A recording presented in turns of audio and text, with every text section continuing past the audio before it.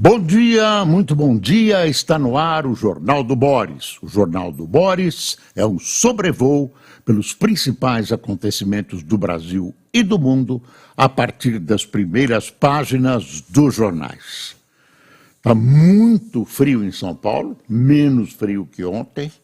Na madrugada e agora de manhã estava 13 graus e a promessa da meteorologia é que hoje começa um período de calor. Vamos ter um dia muito quente na capital paulista e muitíssimo quente em várias cidades do interior e no restante do Brasil também, esses altos e baixos da temperatura que agridem a saúde e que muitos acham, e eu também, que tem muito a ver com as questões ambientais. Mas isso é um outro assunto.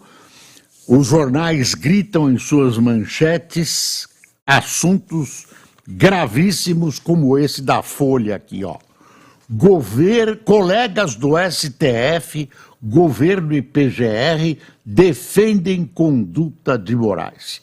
Você sabe, a Folha publicou uma denúncia. Diz a Folha que as fontes não eram fontes ilegais,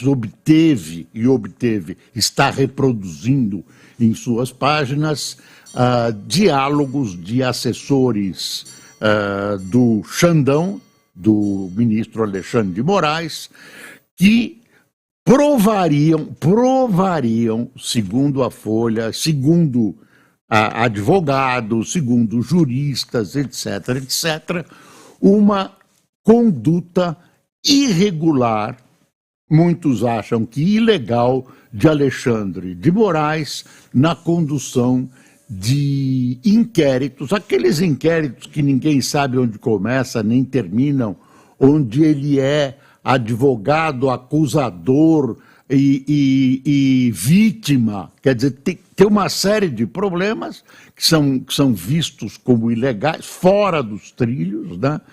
E nesses inquéritos ele, sendo juiz do TSE, usa a estrutura do STF e tem algumas manifestações de assessores deles que reproduzem ordens, transmitem ordens, que são ordens que podem ser interpretadas como cabulosas, porque podem indicar perseguição, podem. Eu não estou me defendendo de um processo, não, estou procurando um caminho que seja correto, que dê a opinião de todas as pessoas, ou da maioria das correntes envolvidas, de todas as correntes envolvidas. Isso não é uma brincadeira, é uma questão nacional grave. Eu acho que o ministro, na ânsia de fazer as coisas, procurar atingir o que a gente acha que é justo, tira o vocabulário justiça da questão da justiça propriamente dita. Na linguagem popular, ele procura fazer justiça e boa vontade, não é uma coisa maquiavélica, vamos prejudicar e tal. Nessa ânsia, ele muitas vezes, nós já dissemos aqui, na nossa opinião e de muitos juristas importantes, sai dos trilhos, como essa coisa de ter um inquérito que nunca termina, onde ele é o advogado, ele é o promotor, ele é a vítima, etc. Tem antecedentes. Então, criou um problema grave e uma coisa pode anotar aí no seu caderninho. A reação do pessoal do STF, né? Ele não está mais no TSE, ele está no STF só, né? A reação é uma reação que pode ser interpretada como corporativa. Todo mundo apoiou ele. Ele se defende dizendo que ele agiu rigorosamente dentro da lei. É isso que está se discutindo. Agiu rigorosamente dentro da lei ou não? Ele diz, e os colegas dele do STF quando o apoiam, estão dizendo isso também. O que acontece é que também o STF se defende porque o STF está com a imagem abalada junto à população e isso abala ainda mais. Isso deixa tremer as bases e não é bom para o país quando a justiça vai perdendo credibilidade. Tem juristas, advogados contra ou a favor. Quer ver? Como a reportagem é da Folha, o Estadão deu pequenininho, ó. STF e PGR apoiam Moraes acusado de direcionar ações contra bolsonaristas. Olha o tamanhinho aqui, ó. Mas, no Congresso, porém, aliados do ex-presidente Bolsonaro articulam ofensiva contra o ministro que inclui pedido de impeachment. Tudo é possível, mas é difícil impeachment, é difícil o STF aceitar impeachment, vão uma briga aí, não vão permitir que um ministro, que eles dizem que está correto, seja alvo de impeachment. Como aí tem aí a decorrência dos fatos, o andamento da carruagem, etc, etc. Se eu pegar um jornal acusado bolsonarista, né, de direita, a Gazeta do Povo, que é um jornal de Curitiba, jornal na internet, que a gente dá uma espiada como eles estão encarando esse fato. Porque o outro lado, o lado do ministro, depois das denúncias, depois da publicação de diversos trechos dos diálogos, das ordens, de assessores do próprio Xandão dizendo, olha, tem que tomar cuidado com isso, estamos atravessando, enfim. Tem conteúdo que é usado, pode ser usado, e deixa, no mínimo, dúvidas sobre as decisões do Xandão, se ele está perseguindo, se ele não está perseguindo. Uma hora ele diz, use a imaginação e tal, acusado de produzir motivos para a criação de relatórios da tem tudo quanto é acusação. Então aqui, olha, a Gazeta do Povo, está aqui. Mensagens de auxiliares de Moraes revelam, Gazeta do Povo, né? Revelam desvios que justificam impeachment segundo juristas. Não é segundo os juristas, é segundo juristas, alguns que a Gazeta do Povo considera juristas. A diferença entre jurista e advogado, cada vez mais na língua jurista, é uma pessoa com alto saber jurídico, né? Um advogado que se especializou, que se aprofundou nas questões do direito, etc. Advogado, se formou, fez a escola, os dois se formaram, mas a diferença entre o defensor, o advogado e o jurista é que o jurista, aquele que emite pareceres, o pessoal paga fortunas, esses são juristas, que não são tantos assim, mas aí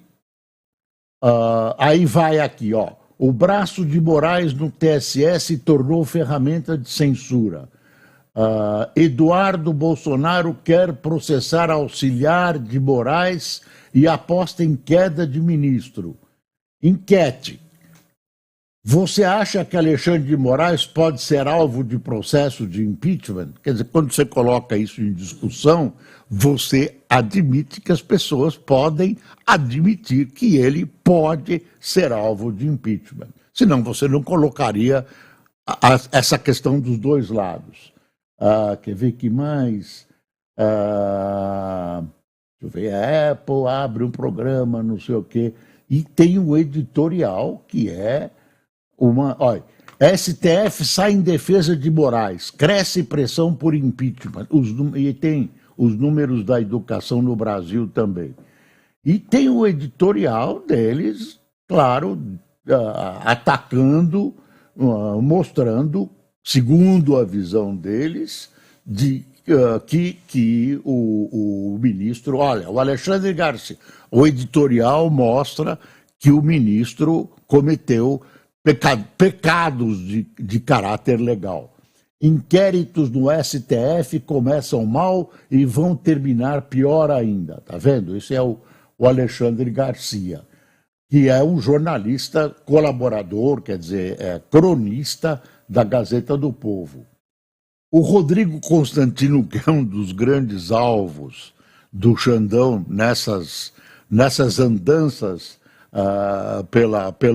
por esses processos, Alexandre de Moraes tem que cair. Esse, né, recém-contratado pela Gazeta do Povo, está aí, né, ele é um dos alvos principais. Deixa eu ver. Quem são os juízes e os servidores que auxiliaram Moraes em decisões de censura? Revelações sobre a atuação de Moraes contra a direita elevam pressão por impeachment do ministro.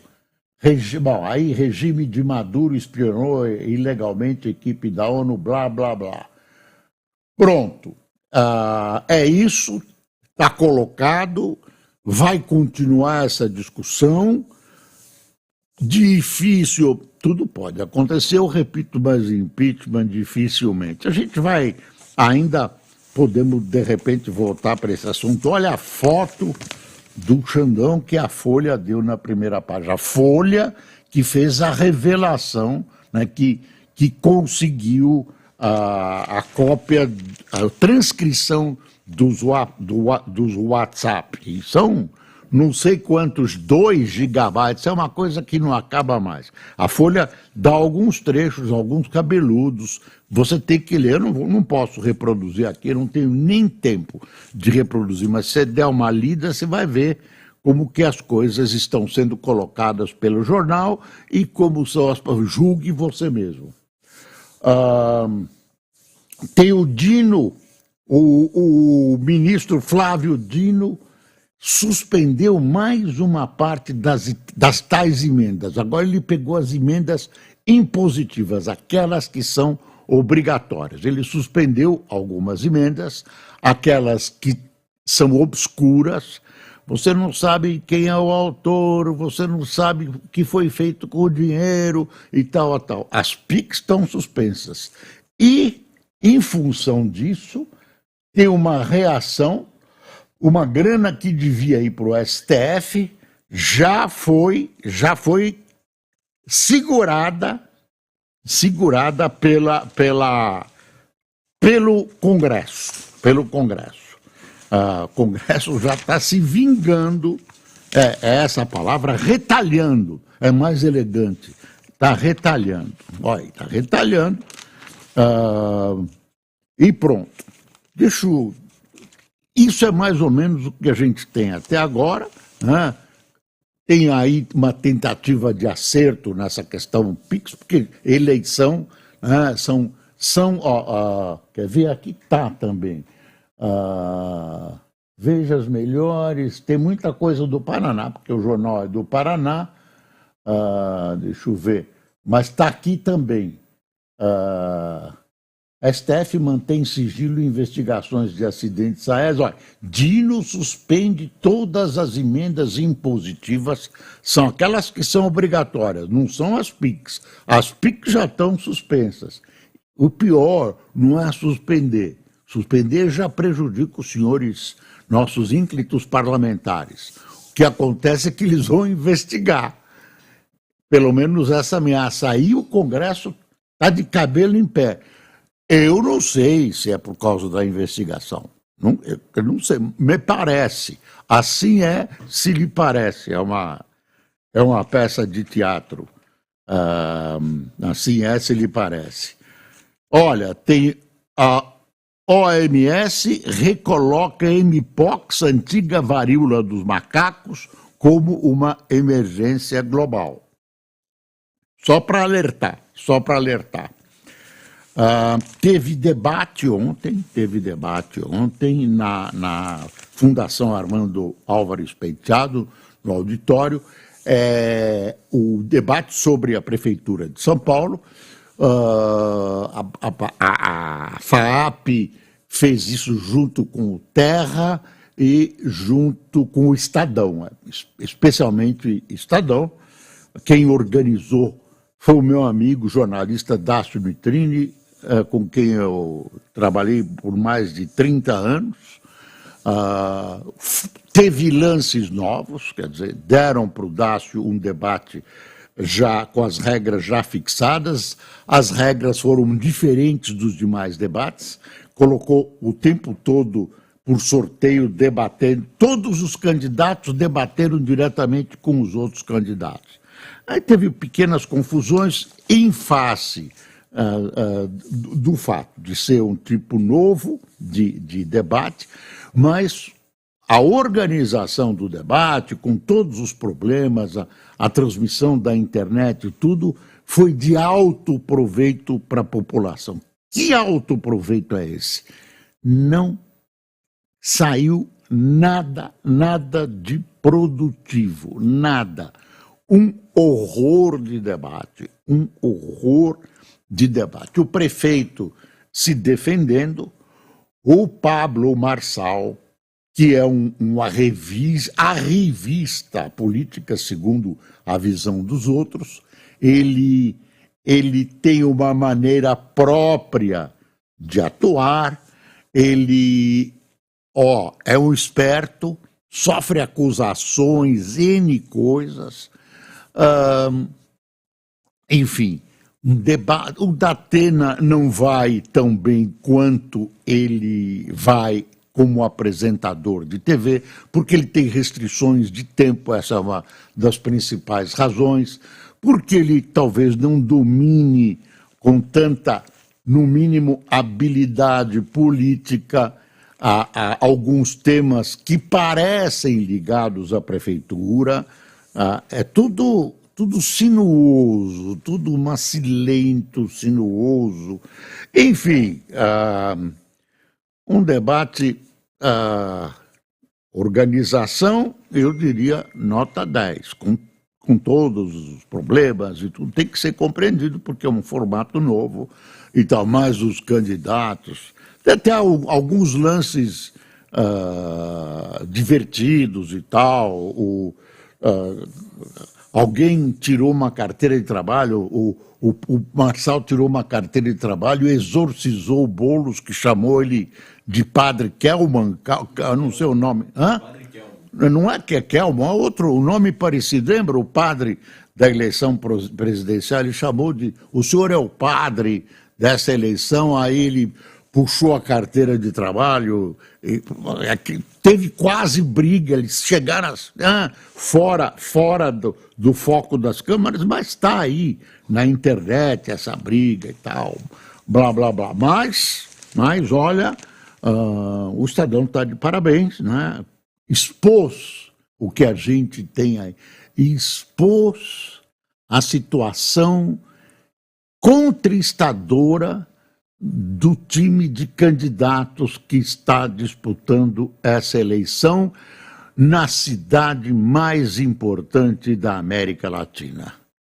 Com um orçamento muito grande, deve também, e com uma situação administrativa nas mãos de pessoas que, como candidatos, pelo menos não estão à altura, pelo menos é a temperatura, o que o debate demonstra, chato, não estão à altura do exercício da Prefeitura de São Paulo, que já teve grandes nomes como prefeito. Não vou citar para não cometer injustiças, mas teve gente muito boa.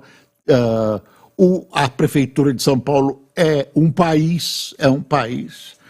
A capital de São Paulo é um país, a grande São Paulo, nossa, bate vários países em habitação, em número de habitantes, etc. Infelizmente, o debate foi uma vergonha, uma vergonha. Não estou falando do Estadão, do Terra, da FAAP, estou falando da presença dos candidatos. Sai palavrão, sai acusações vis, mentirosas, um negócio assim, pior que filme de terror. Bom, que mais que tem? O Lula, falando ontem, fez uma colocação aqui dando a impressão que o Brasil pode adotar essa tal rota da seda. É uma espécie de plano chinês da China de Pequim, né? Eu estou regredindo. Formosa, antigamente a gente chamava de China nacionalista, outra de China comunista. Agora a China é uma só e Formosa é uma ilha rebelde. Mas que ele quer reunir em torno da China, fazer uma espécie de comunidade onde a grande grana, os grandes investimentos vêm da China. Aí o Lula ontem respondeu uma pergunta. Lula sinaliza que pode aderir à rota da seda, não da sede, desculpe. O megaprojeto para infraestrutura é criticado por Estados Unidos e Europa. Xi Jinping vem ao Brasil em novembro para conversar com Lula exatamente sobre essa questão. Lula falou, ele não falou bem o Brasil pode, ele disse, olha, eu vou julgar, o governo vai analisar se é bom, se não é. Quer ver? Os chineses querem discutir conosco a rota da seda. Nós vamos discutir a rota da seda, disse Lula. Nós não vamos fechar os olhos, não. Nós vamos dizer o que é que tem para nós, o que eu tenho com isso, o que eu ganho. Por que essa discussão? Eu acho que ele está colocando um país amigo, a China, coloca essa, não vou dizer amigo, mas com grandes relações com o Brasil, é um país amigo, sim. Aí, amigo daqueles que você tem o pé atrás, ou pelo menos deveria ter o pé atrás. Ele falou isso na sede da Confederação Nacional da Indústria, ao lado do presidente da entidade, Ricardo Alban, que endossou a posição de Lula. Não pense que quando falo da China quero brigar com os Estados Unidos. Pelo contrário, é o Lula, né? Quero os Estados Unidos do nosso lado tanto quanto quero a China. Eu quero saber onde é que nós entramos, qual o lugar que eu vou entrar, com quem eu vou dançar. O Brasil só será respeitado se tiver projeto. É mesmo, o Brasil só será respeitado se tiver o projeto. Não sou eu que estou falando, é o próprio Lula.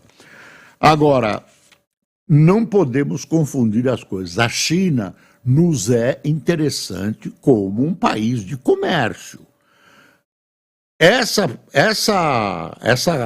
rota da seda não tem nada com seda, é uma referência, o Xi Jinping que inventou.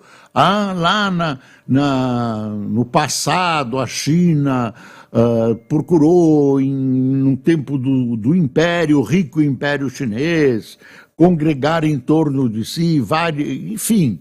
É outra coisa, mas é uma coisa pretensiosa, grandiosa, e aí o Xi Jinping deu esse nome, é quase uma homenagem.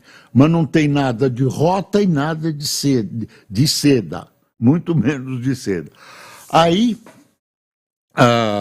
precisa tomar cuidado, porque o Brasil está entrando numas que a China, essa coisa de sul-sul, Brasil, Nicarágua, México, Colômbia. O Brasil está entrando numa rota perigosa que é de submissão à China.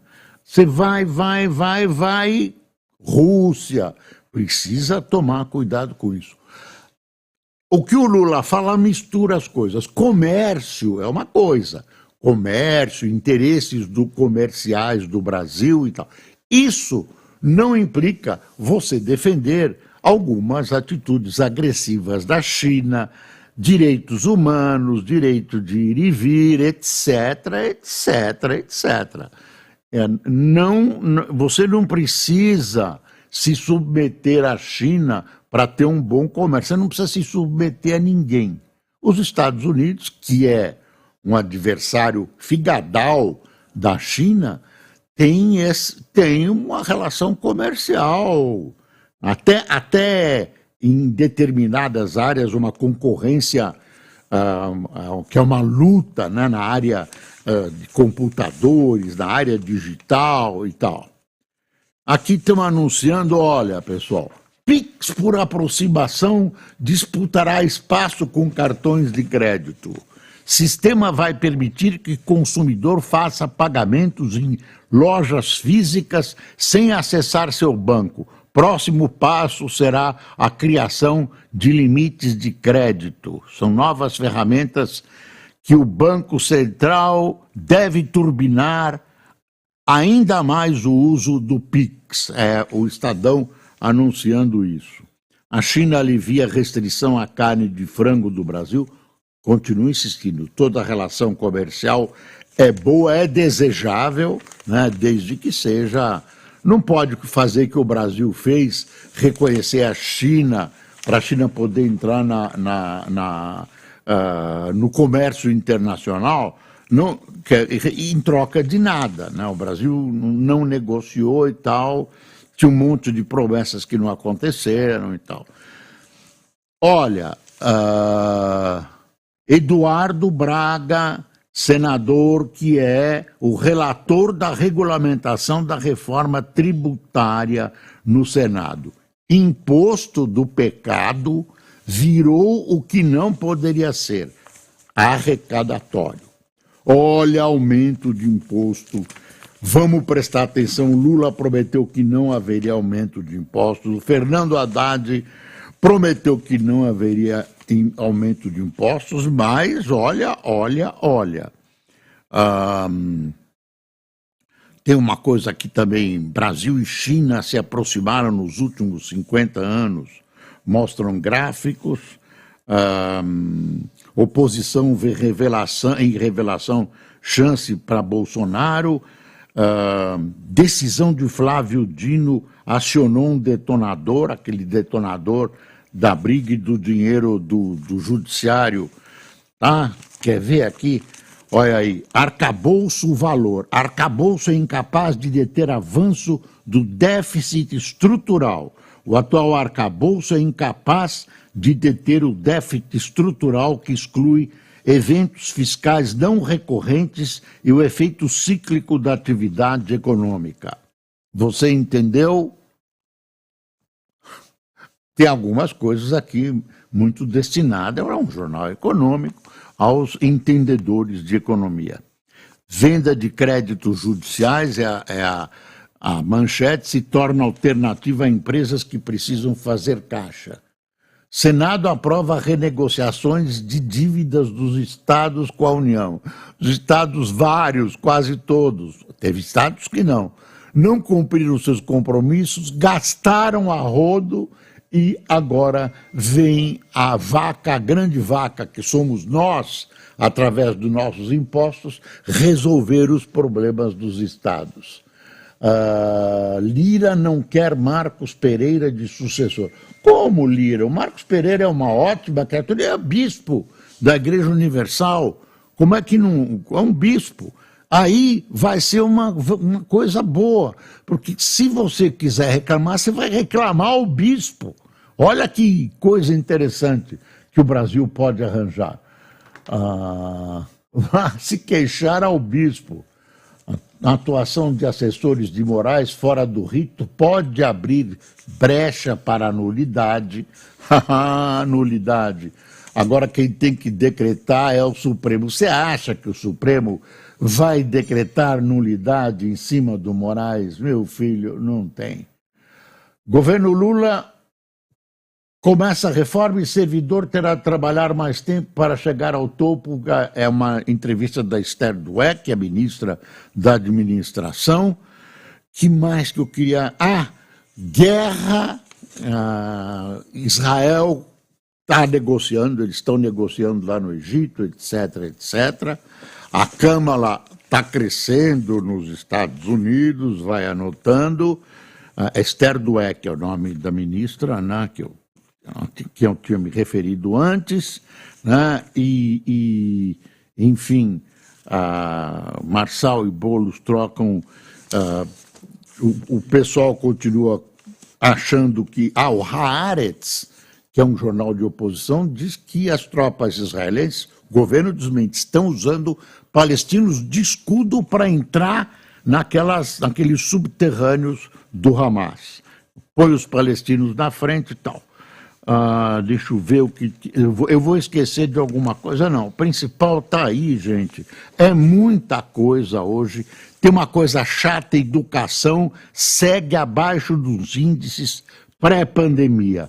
A educação brasileira está uma vergonha. Vergonha. Educação brasileira está uma vergonha. Eu não vou entrar em detalhes, mas é um horror. Inclusive o ensino médio paulista recuando, né?